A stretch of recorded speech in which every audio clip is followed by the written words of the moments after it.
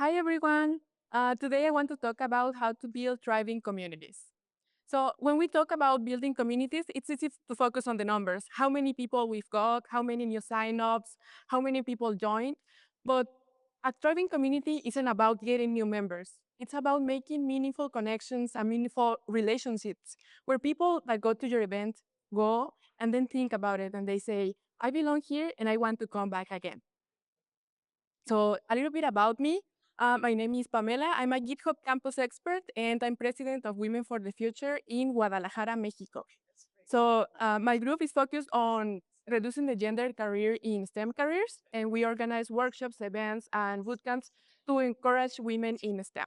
So my goal for you right now is for you to take away 3 simple and practical strategies that you can take back into your own community and start making thriving communities. So let's get right into it. For the first strategy, make the first 5 minutes count. So the first impressions matter, not just for new members, for also for long-time participants.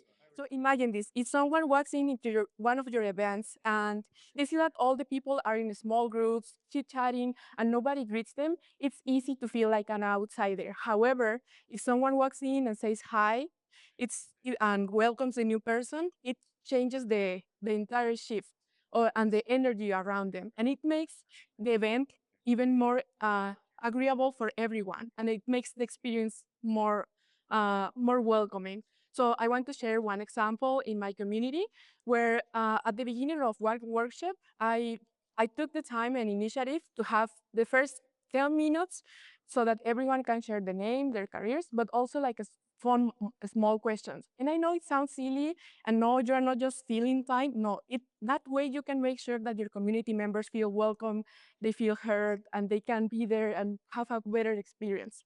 So for example, on one of our events, I shared the question of, and I also want you to think about it, what is your 1%?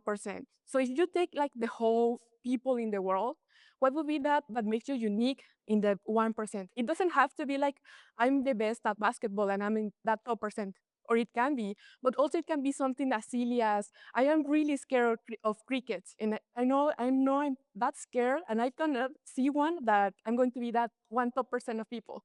And again, these type of questions, they really help all the members feel welcome, especially the new ones, but also for the long-time participants. And for example, in our event, one girl shared the story of how her dad wrote her a story, and then it's currently on Spotify, and now that sparked conversations and make the whole experience better. And after that, when we went right into the workshop, it was a better experience. So again, send the tone early in every event and create welcoming atmosphere and reinforce a sense of belonging. Now, for the second one, create a routine. So start every event with a familiar touch point, a familiar question, or something that is uniquely to your community. So for example, if you know that your events thrive with a coffee chat at the end, a networking session, make it a staple. If you know that you can ask a fun, small question at the beginning, again, repeat it at every event. And why is that? Because people thrive with familiarity, and a community is like a family. So if people know what to expect at your events, they're going to feel more relaxed, welcome, and they're going to want to come back again to your events.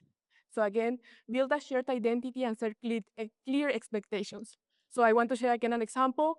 For example, you can, at the end of an event, you can ask a small question of, in one word, what do you take away from this event? And that way, every individual has a chance to share how they felt about the experience, and they can also feel welcome and heard. For the last one, ask for feedback and do it early. And here's why. So it's easy for people to forget the details, to forget how they felt in one event, or what was the experience. So my recommendation here is for you to ask for feedback right after the event. You don't have to make it like a whole item in the schedule, but really consider to do it and add it into your next event. And again, you don't have to make it like a whole event. It can be as quickly and as lightweight as your community tries.